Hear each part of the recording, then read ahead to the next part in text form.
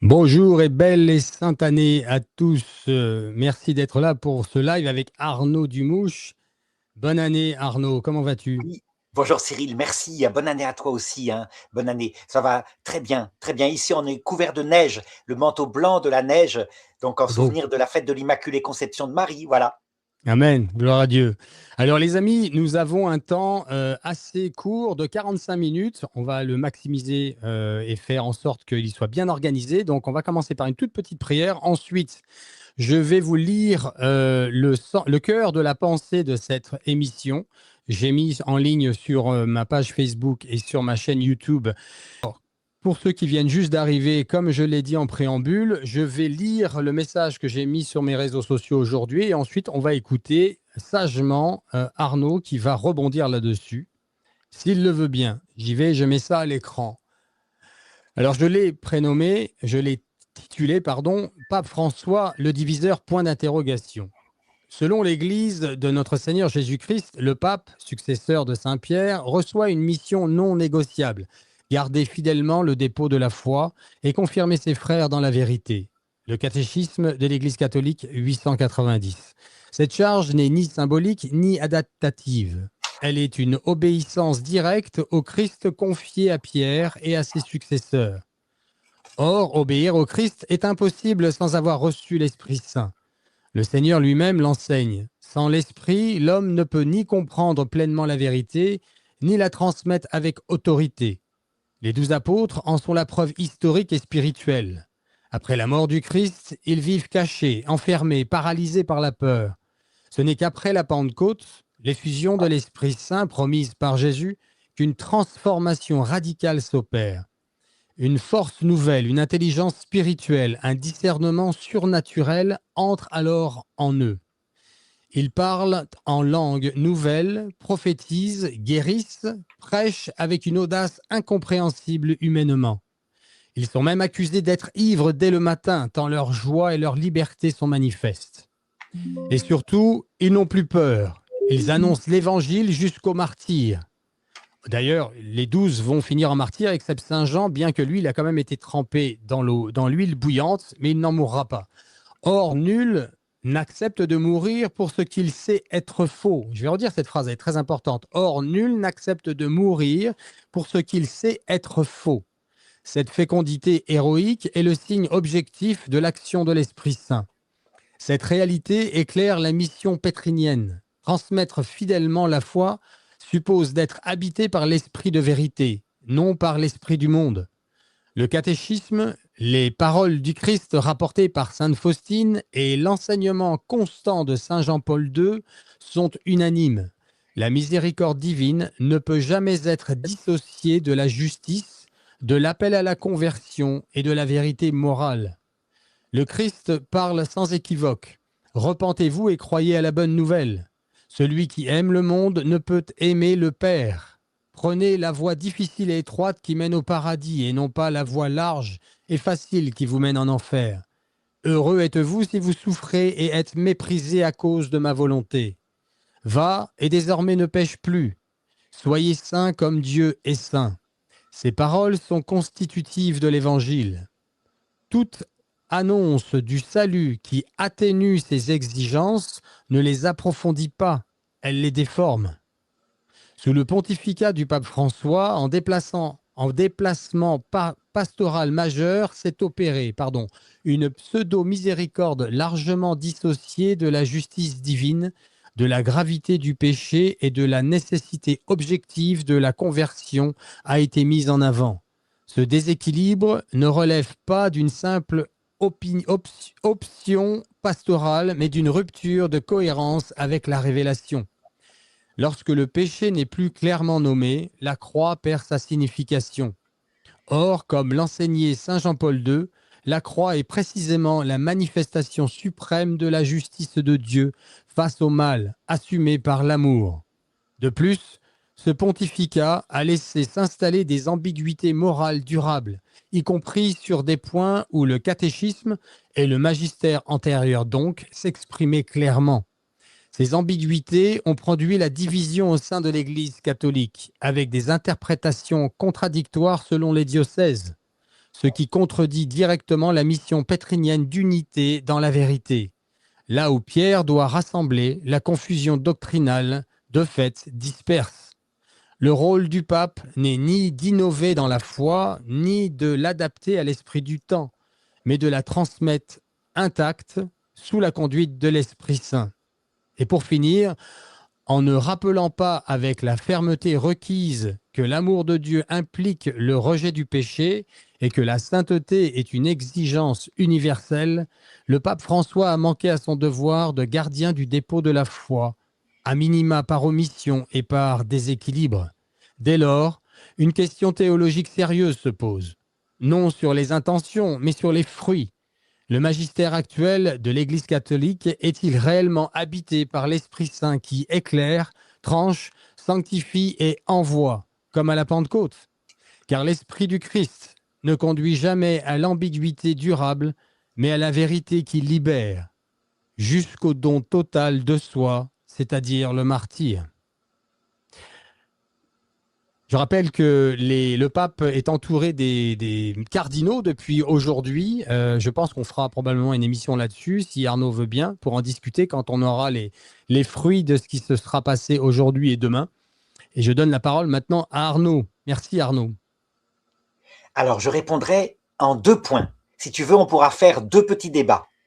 Le premier, c'est que tu opposes l'Esprit Saint qui viendrait dans le cœur, illuminer les gens, et la fonction du pape.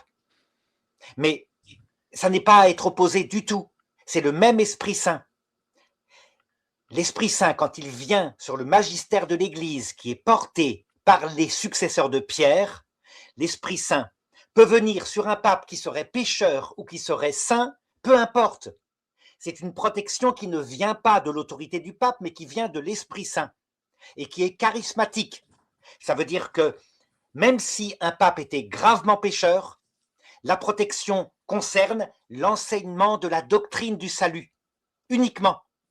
Voilà pourquoi tu vois que Jésus en parle par rapport aux prêtres juifs quand il dit « Sur la chair de Moïse se sont assis des scribes et des pharisiens », donc ça peut arriver qu'il y ait un pape qui soit comme ça, un pharisien.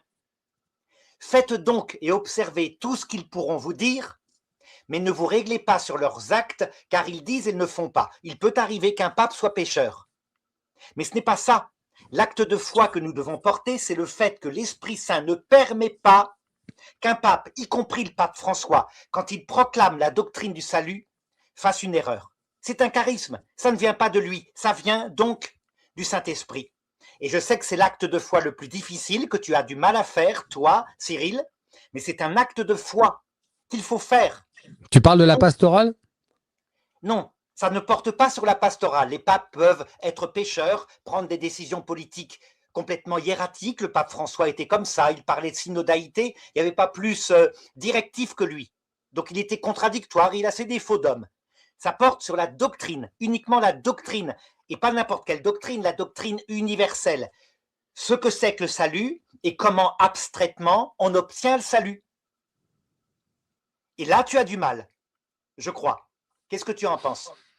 La première chose qui me vient à l'esprit, c'est les fruits, en fait. On ne peut pas ne pas voir aujourd'hui qu'il y a une division, une scission qui s'est créée et ça remonte au pape François. Alors, il y a eu d'autres choses comme ça dans l'histoire, j'imagine. Mais je parle notamment depuis la prise de pouvoir pontificale du pape François. Nous avons les fruits aujourd'hui qui est les fruits de la division. Les sédévacantistes répondraient, mais non, ça date de bien avant, ça date de Jean 23, du Concile Vatican II. Et ils font la même chose que toi, ils opposent Jean 23 et, par exemple, Pie XII. Parce que Pie XII, ça, ils le gardent. Les sédévacantistes, c'est des gens qui disent qu'il n'y a plus de pape à partir de Jean 23. En réalité, c'est pas du tout comme ça qu'il faut faire. D'ailleurs, tu remarqueras que le premier acte qu'a fait le pape François, c'est de canoniser le même jour Jean 23 et Jean-Paul II. C'est pour bien indiquer ce qu'il voulait dire dans son pontificat, à savoir qu'il allait unifier ensemble la doctrine que les anciens papes avaient donnée et la pastorale que lui allait donner. Mais c'est ce que je vais t'expliquer un peu plus tard. Donc, si tu disais les fruits sont négatifs, ça prouve que le pape ne vient pas de Dieu, ça voudrait dire que si tu avais vécu il y a 2000 ans, tu aurais quitté Jésus au moment où il a commencé à dire « ceci est ma chair et mon sang », parce que tu aurais dit « c'est débile, les fruits qu'il porte sont stupides, il divise les apôtres, je le quitte, ça ne peut pas venir de Dieu ». Tu ne serais pas resté fidèle, tu ne serais pas resté parce que tu aurais jugé extérieurement à un fruit extérieur. Le Christ a abouti à la croix, tu le sais, et c'est là qu'il a sauvé l'humanité. Ça implique donc un acte de foi que aucun des apôtres n'a eu, sauf Saint Jean un peu, et la Vierge Marie surtout. Et tu vois que ton jugement sur l'Église consiste à procéder exactement pareil. Alors, c'est intéressant ce que tu viens de dire. Tu dis que tu as articulé cette phrase. Tu penses, en parlant de moi, que le pape François ne vient pas de Dieu. Alors en fait, Non, je l'avais jamais pensé comme ça à moi-même. C'est je ne dis pas intéressant, c'est pour ça. ça que Je dis que c'est ce que tu as dit. tu ne crois pas dans son magistère, tu dis qu'il a là gravement fauté, tu ne fais pas l'acte de foi et tu le juges par rapport à des fruits. Eh bien, c'est exactement la même attitude qu'ont eu les 11 apôtres quand Jésus a dit « Je vais monter à Jérusalem pour y mourir ». Ça ne t'arrivera pas. Et puis alors, ils se mettent à ricaner. Allons donc avec lui à Jérusalem pour mourir avec lui. Ils ne pouvaient pas comprendre. Donc, il faut être au-delà de ça. Il faut avoir un acte de foi. Ce que je t'invite à faire, c'est le premier débat. Et après, je vais essayer de t'expliquer ce qu'a voulu donner le pape François et les autres papes sur la miséricorde et sur la justice. C'est le thème que tu veux aborder maintenant. Alors, continue. Bon, voilà, c'est assez simple. D'abord, il faut que tu saches que Jésus a tout prêché et qu'ensuite, l'Église, eh bien, à travers les conciles œcuméniques et les papes, petit à petit, elle a progressé pour redécouvrir, grâce à l'Esprit Saint, là tu as raison, ce que Jésus avait enseigné. Donc, la pensée qui consiste à dire que le temps de la miséricorde, c'est maintenant sur terre, puis va venir le temps de la justice stricte, le jugement, c'est la pensée qui date du XIIIe siècle, qui est fondée par saint Augustin au IVe siècle et qui est développée par saint Thomas d'Aquin au XIIIe siècle. Donc une dichotomie comme quoi le Christ serait miséricordieux tant que tu es dans la chair, puis après il redevient lui-même, la justice. Et ça ne va pas rigoler. Jésus 2, le retour. Tu te rappelles le sketch des inconnus? Hein, tu te rappelles? Il met son Rangers. Cette théologie, saint Thomas d'Aquin, c'est le docteur commun. Je suis thomiste, hein, je suis le défenseur de saint Thomas d'Aquin.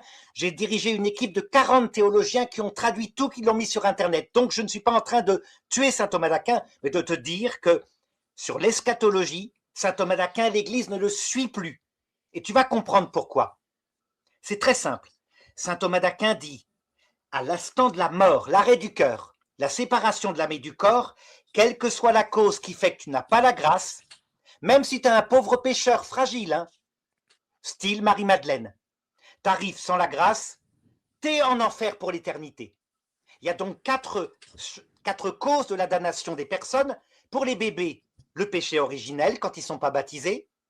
Pour les chrétiens qui sont fragiles, quand ils meurent par surprise, il vient comme un voleur parce qu'ils ont commis un gros péché du style, ils sont allés sur un site pornographique, saint Thomas d'Aquin ne disait pas ça, mais tu comprends ce que je veux dire, un péché de faiblesse. Troisièmement, les païens, parce qu'ils ne connaissent pas le Christ, ben, ils n'ont pas la grâce. Et enfin, les vrais méchants, le péché contre l'Esprit Saint, ceux qui savent que Dieu est amour et qui se mettent à le combattre. Tu vois, ça c'est saint Thomas d'Aquin, parce qu'il met une rupture à l'heure de la mort. Donc tu constates, miséricorde avant, justice après. Tu ne peux pas juger autrement puisqu'il met des bébés lui-même, des bébés morts sans baptême, dans la séparation éternelle. Et saint Augustin dit avec beaucoup de souffrance parce que c'est des petits êtres humains, donc ils ont soif de Dieu, mais c'est tant pis, ils n'ont pas été baptisés. Cette théologie-là, dans le supplément à la somme théologique, l'Église ne le garde plus depuis Vatican II. Parce qu'elle dit ceci, je donne le dogme, hein, tu verras, c'est comme quoi l'Église est menée par l'Esprit Saint, hein, c'est un charisme. L'Église dit dans Gaudium et Spes 22.5, nous devons tenir que par un moyen que Dieu connaît, que je ne connais pas encore, dit l'Église, tout homme, sans exception, se verra proposer le salut de telle manière que seront damnés ceux qui sont en état de péché contre l'Esprit Saint, c'est-à-dire ceux qui, lucidement, volontairement, mépriseront tous les moyens que Dieu met pour les sauver. Tu comprends? Ça change tout. Saint Thomas d'Aquin, donc, tu évacues les limbes éternelles des enfants, tu évacues la damnation des païens qui meurent païens, tu évacues la damnation des pauvres chrétiens qui tombent dans des péchés. Ça ne veut pas dire que le péché est bien, c'est pas ça que je te dis. C'est pas ça. C'est que la damnation, tu la réserves au péché contre l'Esprit Saint. Ça change tout. Ça veut dire que Jésus-Christ est justice et miséricorde exactement pareil, avant et après ta mort. Il ne change Est-ce que Oui. tu peux donner quelques exemples concrets, assez simples, hein, on va pas chercher des situations ubuesques, de péché contre l'Esprit Saint dans notre société française, par exemple, pour faire encore plus simple? Il n'y en a pratiquement pas, mais il y en aura à l'heure de la mort. Il n'y en a pratiquement pas parce que les plus grands pécheurs, comme par exemple cette femme l'autre jour que je voyais sur Internet, 68 ardes, « Ah, je vais me suicider, j'arrive plus à baiser », qu'elle disait. Et j'ai avorté 4 fois et l'Église, elle a condamné, ça me fait rien. Moi, je vais dans le néant, je vais dans le néant. Ça paraît être un péché contre l'Esprit Saint, t'es d'accord? Elle avait Mhm. 80 ans et quelques. Elle a fait mes 68. Mais il lui manque quelque chose. La lucidité. Elle a apostasié la foi. Elle l'a perdue. Donc elle croit qu'après la mort, il y a le néant. Du coup, jouissons, profitons, sans entrave, parce que demain nous mourrons. C'est donc ce qu'on appelle un péché mortel contre le Fils, c'est-à-dire avec une grande part d'ignorance et de bêtise, chez une génération qui a apostasié le catéchisme qu'ils avaient eu dans leur enfance. T'es d'accord? Mhm. Mais par contre, si elle arrive à l'heure de sa mort, que tout d'un coup elle voit Jésus dans le passage de la mort, ce que saint Thomas d'Aquin disait, non, ça n'arrive pas ça, mais que saint Faustine dit, c'est ce qui se passe. Si cette femme, bouleversée parce qu'il y a une vie après la mort, les enfants qu'elle a avortés étant là avec Jésus, l'accueillant, lui disant « Maman, tu ne savais pas ce que tu faisais », et elle, se frappant la poitrine, disait « Mais j'aurais pu le deviner », l'Église le disait. « Maman, tu as cru que l'Église était folle et qu'elle disait n'importe quoi. On te défend, tu peux te repentir. » Et le démon qui lui dira « Mais c'est ridicule, tu vas pas aller te repentir, te vautrer, t'as toujours été libre. Viens avec moi dans la liberté. Je te propose un monde de liberté qui s'appelle le paradis de la liberté, l'enfer en fait. » Si alors, n'ayant plus d'ignorance, plus de faiblesse, cette femme suit Lucifer, c'est un péché contre l'Esprit Saint. Sur terre, il est très rare, mais tu as des dispositions au péché contre l'Esprit Saint. Ça veut dire que le démon nous fait tomber dans des péchés de faiblesse et d'ignorance pour nous préparer à commettre le péché contre l'Esprit Saint au moment du retour de Jésus. Qui le commet sur terre? Il y en a. Il y a par exemple les prêtres juifs qui ont tué Jésus alors qu'il venait de ressusciter Lazare. Ça ressemble. Il n'y a pas d'ignorance, il n'y a pas apparemment de faiblesse, si ce n'est leur goût pour devenir garder le pouvoir. Pareil pour Monseigneur Cochon, qui a tué Jeanne d'Arc. C'est difficile. Sauf qu'il avait aussi cette faiblesse du goût du pouvoir. Donc c'est peut-être une part de faiblesse qui peut-être a fait qu'il a été sauvé. Mais tu vois, des grands pécheurs comme cela, l'Église l'a toujours dit, Dieu nous a volontairement soumis sur terre à un temps de faiblesse qui fait que notre liberté n'est pas supprimée, mais elle est diminuée. Et donc le péché contre l'Esprit Saint est rarissime, ce qui ne veut pas dire qu'il n'est pas nombreux à l'heure de l'apparition du Christ, dans son retour dans la gloire.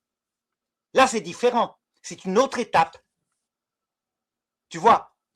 Donc, saint Thomas d'Aquin, sa théologie, à l'heure de la mort, c'est trop tard, il t'a mis dans la faiblesse, t'avais qu'à réfléchir, il vient comme un voleur.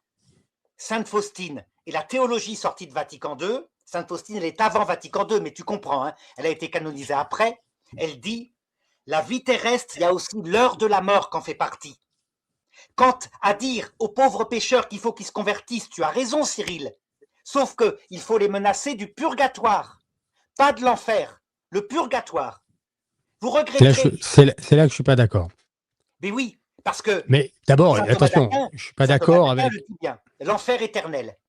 L'Église dit le purgatoire, qui est terrible, ça fait peur le purgatoire. Si par exemple tu t'es vautré dans le péché alors que tu étais chrétien et que tu passes 1000 ans psychologiques dans le purgatoire après ta mort alors que tu as passé 80 ans sur terre, tu vas comprendre que c'est terrible. Mais ce n'est pas définitif si tu te repens. Oui, mais alors, j'ai envie de dire que dans ce que tu dis, je trouve qu'il y a des belles choses dans ce que tu dis, avant tout.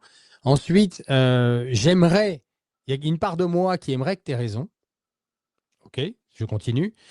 Mais là où je mets un rempart, où je mets un stop, c'est l'évangile de Jésus. Jésus ne parle pas de purgatoire. On comprend plus tard, il parle de l'enfer par contre. Et en fait, ce que j'ai envie de dire avec ce que tu viens de dire toi, c'est que ça n'enlève pas ce que je note, et partout dans le monde, dans l'Église catholique, puisque j'ai pas mal voyagé, ça n'enlève pas le fait que l'Église aujourd'hui, alors l'Église séculière, certes, il y a une différence quand même entre les prêtres séculiers et les prêtres religieux, c'est certain. Ça, c'est un sujet dans le sujet. Mais l'Église ne prévient pas assez avec amour, j'entends, que, Dieu les aime à la folie de la croix, ce qui montre à quel point il les aime et à quel point c'est grave le péché, puisque sinon il n'y aurait pas eu besoin de la crucifixion, et de les prévenir qu'il y a en effet l'enfer. Voilà, c'est ça, moi, le problème que je vois. Je trouve beau ce que tu dis, mais je trouve que c'est un peu jouer à la roulette. C'est dangereux. Quand tu dis que Jésus ne parle pas du purgatoire, pas le mot, mais la Pas que je réalité. sache. Et Jésus, il a le même discours que toi. Quand il faut menacer, il sait menacer et se montrer dur avec les personnes qui abusent de la miséricorde. Tu te rappelles ce texte, par exemple. Hâte-toi de t'accorder avec ton adversaire tant que tu es en chemin avec lui sur la terre. Matthieu 5, 25. De peur que l'adversaire ne te livre au juge. Tu vois, donc tu as raison, il y a un juge. Et le juge au garde, et qu'on ne te jette en prison. Et là, en vérité, je te le dis, tu ne sortiras pas de la prison que tu n'aies rendu jusqu'au dernier sou. C'est Oui, le on pourrait purgatoire, interpréter ça comme le purgatoire. Je comprends ce bien que tu dis. sûr. Ça veut dire que il y Bah, a c'est bien sûr, c'est un peu. Oui, on peut comprendre ça, mais faut faire attention quand même. Et puis pas trop non, se ça veut cacher dire derrière non quoi? plus. Tu rembourses jusqu'au dernier sou pour une raison simple. Imagine, par exemple, que tu arrives maintenant, tu meurs, et tu arrives devant Jésus, avec la révélation bouleversante dans son apparition en compagnie de la Vierge Marie, de son amour, de son humilité. Tu es tellement désolé d'avoir abusé par le péché, et puis tu as tellement envie d'être digne de lui que tu dis, je vais rembourser 4 fois le mal que j'ai fait sur la terre, comme Zachée. Zachée a eu cette réaction immédiate quand Jésus est venu manger chez lui. Et donc tu te mets librement au purgatoire. Et là tu dis, je vais devenir digne de lui, je vais tout payer. C'est décidé. En fait, tu n'as pas acquis cette humilité totale, tu ne le sais pas encore. Et donc, la miséricorde et l'indulgence, qu'on appelle les indulgences, ne pourront pas t'atteindre parce que tu veux rembourser tellement, tu as été bouleversé par l'apparition de Jésus. Et puis, quand, après être resté longtemps au purgatoire, tu es comme désespéré, tu as connu ta propre misère, tu n'as plus qu'une attente, Seigneur, je ne serai jamais digne de te recevoir, mais dis seulement une parole et je serai guéri, alors tu es accessible à l'indulgence. Et la parole de Jésus, avant que tu n'aies payé jusqu'au dernier sou, devient fausse. Il a payé pour toi. Et c'est ce qu'on appelle l'indulgence. Et c'est l'Église qui les détermine, les indulgences, en disant, oui, il y a des personnes, elles ne payent pas jusqu'au dernier sou, il les sort du purgatoire avant. Tu vois, ça c'est le purgatoire, et toute la théologie devient cohérente. J'ai une question qui me vient. Ne prends pas ça comme un piège, s'il te plaît, Arnaud. Ça ne l'est pas du tout. Ça me vient comme ça dans l'esprit. Si tu avais une minute derrière le pupitre et que tu avais ce pouvoir, imagine, hein, c'est une imagination complète. Hein, tu as une minute, tu es derrière le pupitre et tu peux parler à toute l'humanité de l'évangile de Dieu. Qu'est-ce que tu leur dirais en une minute? Je ferai exactement comme fait Jésus. Tu sais ce qu'il fait Jésus? Il ne leur dit rien. Il laisse aux hommes suivre 3 voies pour les mener au salut, dont 2 ne donnent pas pour le moment le salut, mais les préparent. Dit l'Église et le pape François que tu critiques. Tu vas comprendre. Tu te rappelles au Golgotha, le Golgotha, la croix de Jésus, il y avait 3 croix dressées, il n'y en avait pas qu'une, tu te rappelles? Mhm. Eh ben, c'est les 3 chemins. Pour les méchants, tu as la croix du mauvais larron. Qu'est-ce qu'il va faire Jésus pour cette femme dont je viens de te parler, là, qui hurlait et ricanait sur Internet? Il ne va pas lui parler. Elle va passer par la vieillesse. Peut-être qu'elle va se suicider. Et là, il va la laisser même traîner dans ce qu'on appelle l'Hadès, le passage de la mort, comme il le faisait dans l'Ancien Testament, le temps qu'elle comprenne. Et il la laisse dans le silence pour qu'elle apprenne. Peut-être que la noix de son orgueil finira par se casser et là, il lui apparaîtra. Elle aura appris sa souffrance. Si, alors, devant l'apparition du Christ, elle choisit Lucifer, il ne peut plus rien pour elle. C'est la voie du mauvais larron. Deuxième chemin, pour les hommes de bonne volonté qui n'ont jamais reçu Jésus. Ils ont Internet. tu as ton message, il y a moi qui parle. Ils n'ont jamais écouté, ils regardent des sites avec du commerce, etc. Il les laisse. Il ne leur parle pas, mais quand ils sont de bonne volonté et qu'ils font du bien, il leur promet, il leur fait espérer que dès leur mort, ils seront au paradis. Parce qu'ils agissent bien quand même, certaines personnes qui ne connaissent pas le Christ. C'est le deuxième chemin. Donc, il ne faut pas désespérer du salut des gens de bonne volonté, mais qui ne connaissent pas le Christ quand ils se comportent bien. Il va leur révéler l'évangile, dit le Concile Vatican II, ce que ne disait pas saint Thomas d'Aquin. Et puis, tu as la troisième voie, c'est nous, chrétiens. Nous deux, Cyril et toi, et moi. On a la chance d'avoir reçu le don de la foi qui est un don de Dieu. C'est fantastique. C'est un don de Dieu, c'est un don mystique. Qu'est-ce qu'on fait? Est-ce qu'on va se comporter, maintenant qu'on sait l'amour de Dieu, comme une épouse arrogante qui dit « Ah, moi je suis chrétien, je suis sûr d'aller au paradis. Ah, je ne suis pas n'importe qui. » Ou alors une épouse humble qui dit « Je vais prier pour ceux qui prennent le chemin de la croix du mauvais larron ou de la croix du bon larron, parce que c'est beaucoup plus dur pour eux. Et le Seigneur est en train de les préparer au paradis. Même si moi j'ai le salut actuellement, puisque je connais l'amour du Christ, eux ne l'ont pas encore. Mais comme disait le pape François, c'est un chemin qui les prépare. C'est pas compliqué. Voilà la théologie. Tu viens de dire que cette phrase, c'est pas compliqué. Merci de l'avoir dit parce que ça me permet de rebondir. Encore une fois, j'aime assez ce que tu dis, sauf que j'ai l'impression que ça édulcore la simplicité de l'évangile et du message qui est la première, c'est ce que dit Jésus, c'est-à-dire repentez-vous et croyez à la bonne nouvelle. La bonne nouvelle, c'est qu'ils sont aimés de Dieu et ils ont le salut en Christ s'ils le désirent avec leur libre arbitre. Mais repentez-vous d'abord. Et ensuite, ce qu'il dit à son Église, c'est aller prêcher cela à travers le monde. Et je trouve ça plus simple de dire la vérité sur le fait qu'on est aimé à la folie de Dieu et que le péché n'entre pas dans la sainteté de Dieu et qu'on prend un risque énorme si on refuse cette miséricorde et qu'on va avoir cette justice. C'est plus simple de dire ça que tout ce que tu viens de dire, je trouve, mis à part l'histoire avec les enfants, les bébés, tout ça, que je trouve très bien, évidemment. Alors, je reprends. Regarde. Repentez-vous, c'est le message de Jean-Baptiste. D'accord? Et donc, c'est aussi le message de Jésus, pardon, Arnaud. Jésus a assumé tout le message de Jean-Baptiste. Mais tu vois, c'est le message de Jean-Baptiste. Et ça, notre liberté en est capable. Donc, tu regardes, aujourd'hui, il y a Brigitte Bardot qui a été enterrée. C'est une femme qui avait des qualités, des défauts. Elle a voulu être enterrée à l'église. Les gens et les artistes qui n'ont pas tellement la foi, c'est une génération qui a apostasié, espèrent qu'il y a quand même une vie après la mort. Donc, le message qui dit « Repentez-vous », au cas où, préparez-vous, faites le pari qu'il y a une vie après la mort, c'est à notre liberté. Tu as raison. Par contre, croyez en la bonne nouvelle. Désolé, mais la foi est un don de Dieu. Tu es d'accord? La foi, c'est un don mystique. Ça veut dire que ces gens-là, si Jésus ne leur donne pas la foi, par un don mystique, ils auront beau se forcer, faire la méthode Coué, ils ne croiront pas. Essaye de te forcer à croire au Père Noël. Vas-y, je te force. Essaye, tu vas voir, tu n'y croiras pas. Oui, mais il y a une désobéissance quand même, un petit peu dans ce que tu dis. Tu désobéis au Seigneur qui te demande à ce qu'on aille prêcher la bonne nouvelle en faisant ce qu'il a fait lui, c'est-à-dire, enfin surtout non, tout le monde d'ailleurs, tous les baptisés, c'est convertissez-vous et croyez à la bonne nouvelle. C'est simple, hein, tout est là. Tu prêches la bonne nouvelle sur Internet, donc tu suis le message de Jésus. Le seul problème, c'est que tu crois que ta prédication va pouvoir... Non, je ne crois pas ça. Non, j'ai compris ce que tu as dit. La foi est un don, ça, je ne remets pas ça en question. Mais ça ne peut pas être un prêche, en fait. C'est ça que je veux dire. Nous prêchons, comme Jeanne d'Arc, nous combattons tous les deux. Et il n'y a pas à s'inquiéter, c'est dans les mains de Dieu. Si demain, il veut donner la foi à tout le monde, il le fera. S'il veut restreindre son Esprit Saint pour faire passer les gens parce qu'il a des raisons, il connaît leur cœur, par le chemin du mauvais larron et du bon larron, il le fera. Il faut maintenant faire confiance. Tout se terminera bien. Il faut surtout faire sa volonté.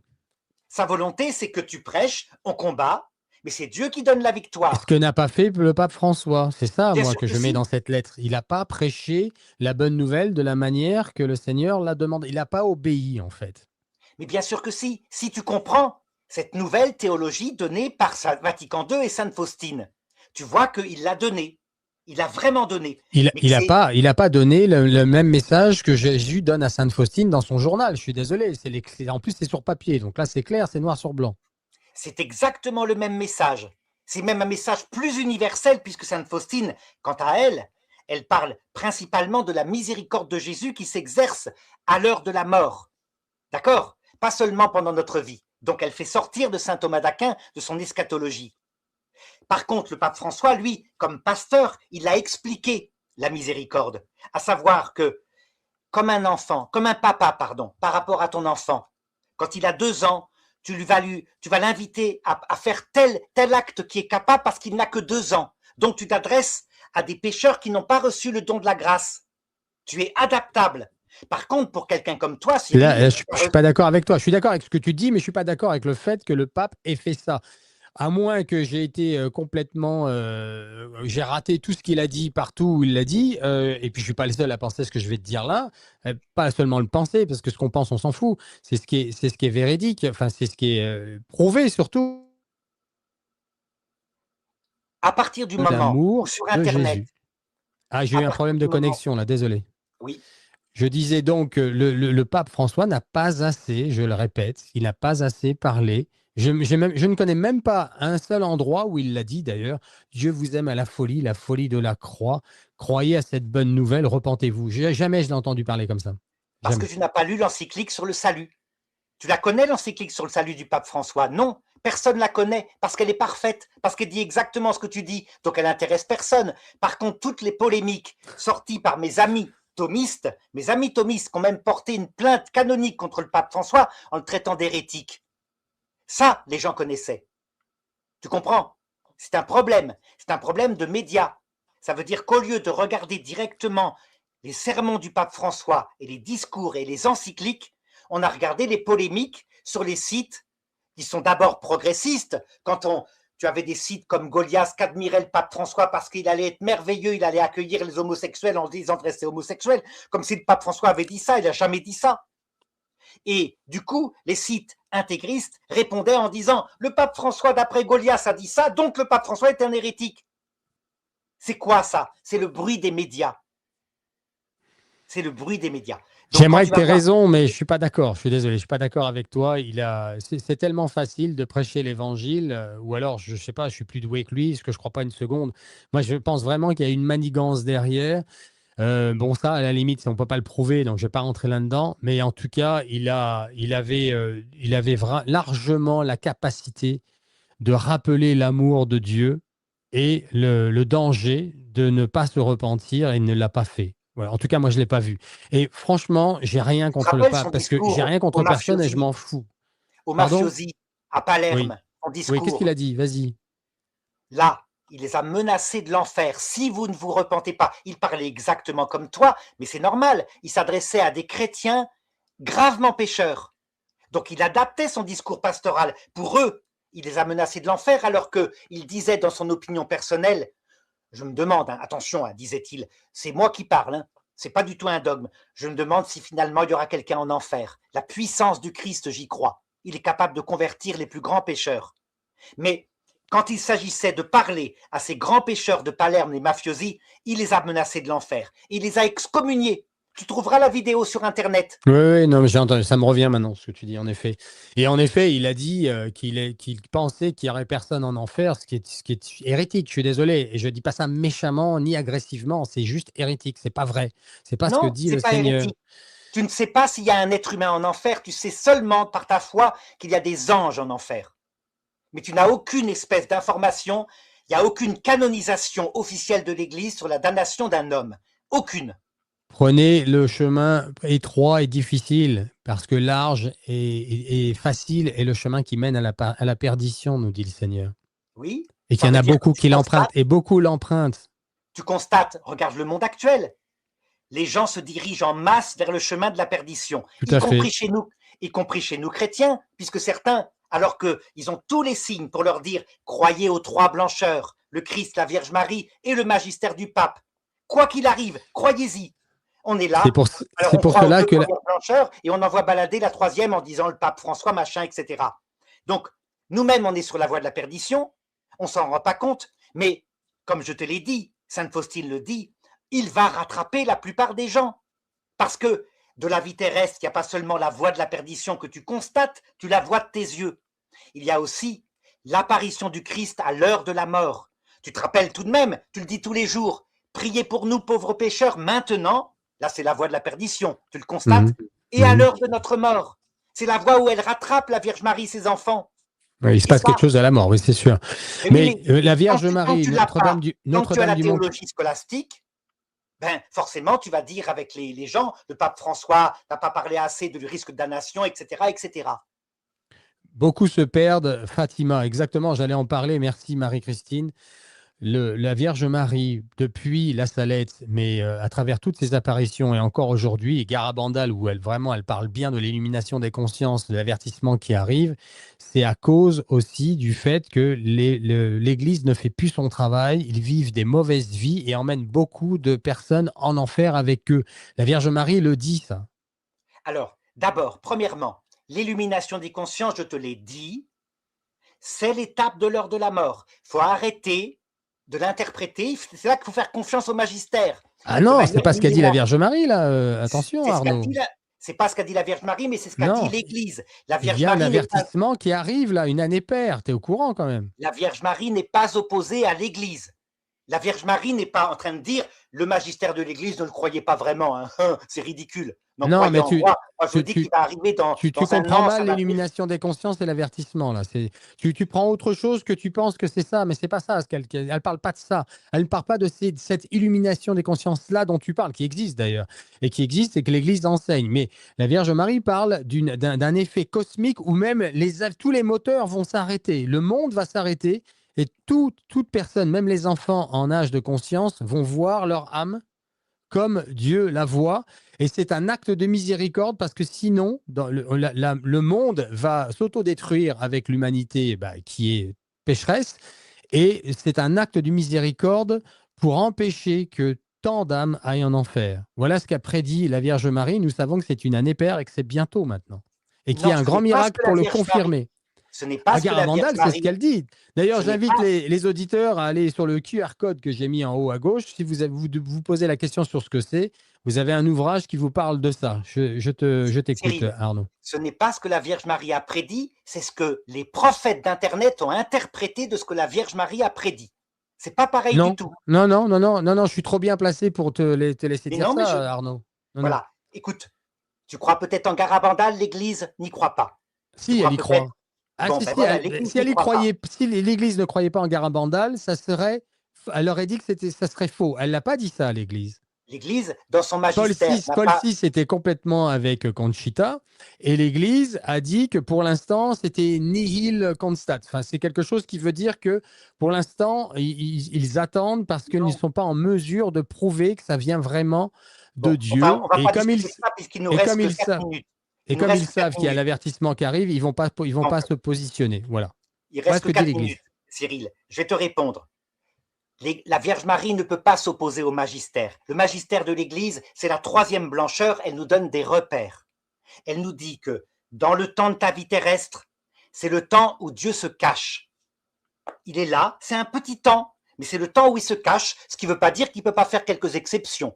Il y a eu le miracle de Fatima, c'est le plus grand. Il y a le Saint-Suaire de Turin. Mais il se cache. Il n'y a pas que ça, hein, mais oui, ok. L'illumination finale, il y a aussi comme signe, par exemple, Notre-Dame de Guadalupe, etc.